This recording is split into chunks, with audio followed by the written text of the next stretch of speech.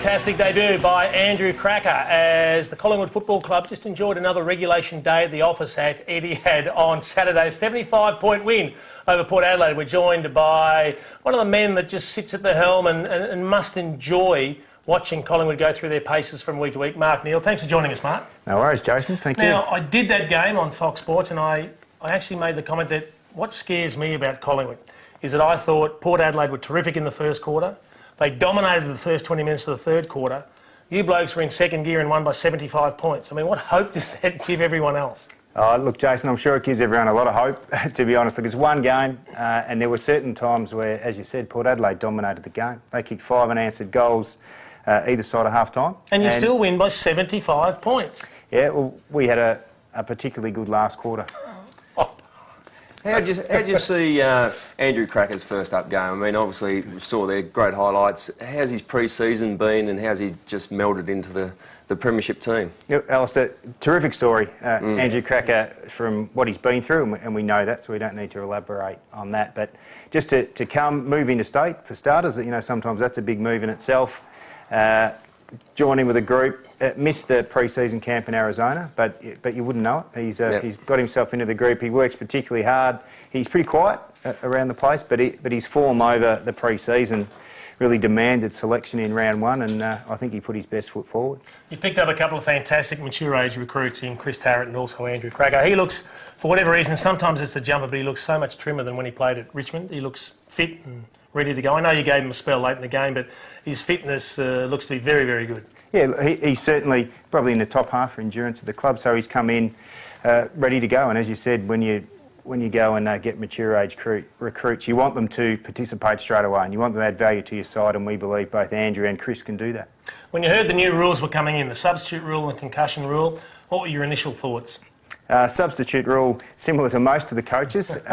Look, we do have to give it time. It has been one round, but it's obviously going to cause immense discussion amongst all footy fans and commentators and coaches alike. But yeah, we would have preferred to have them left alone, or perhaps. And again, I heard Mick talk last night. You know, we were one of the ones that said, "Look, leave it at 4, and if you're worried about the fairness of the situation, put 4 plus 1." Yep.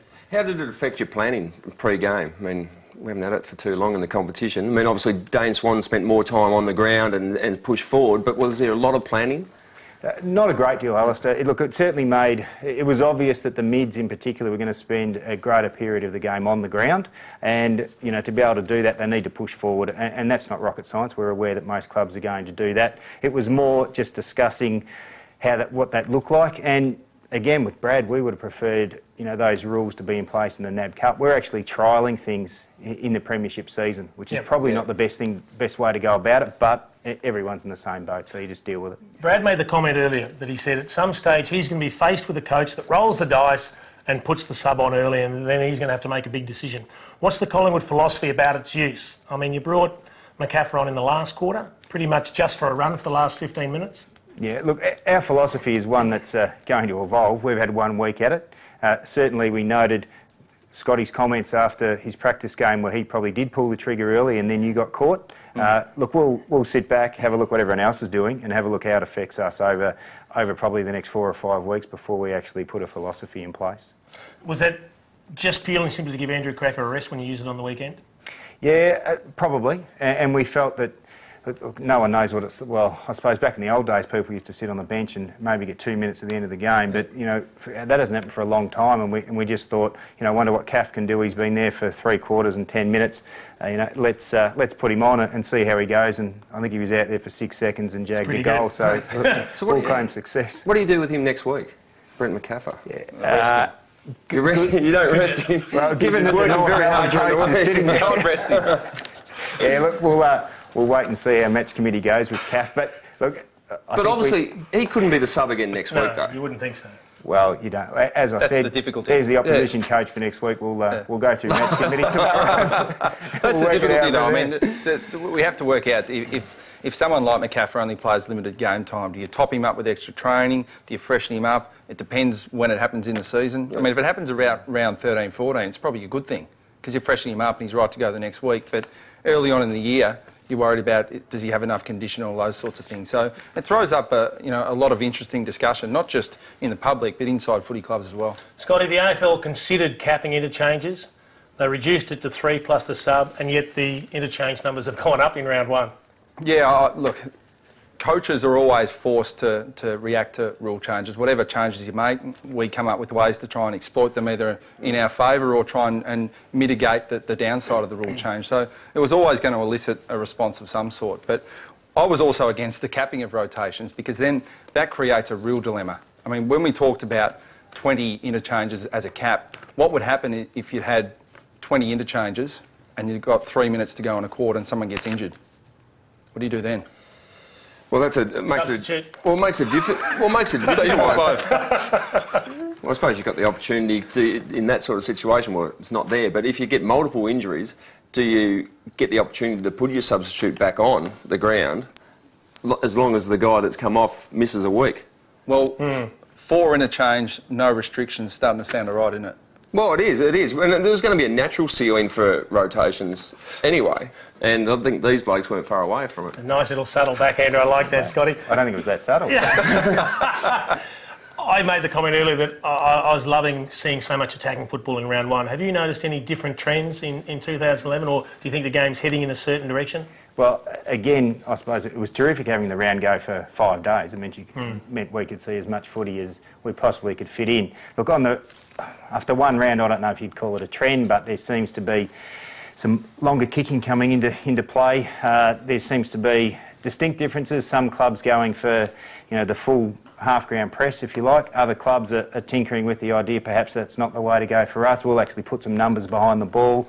There was a... Look, for me, it was a great round of footy. There was a draw, there was a 1-point result, a 2-point result, a 4-point result.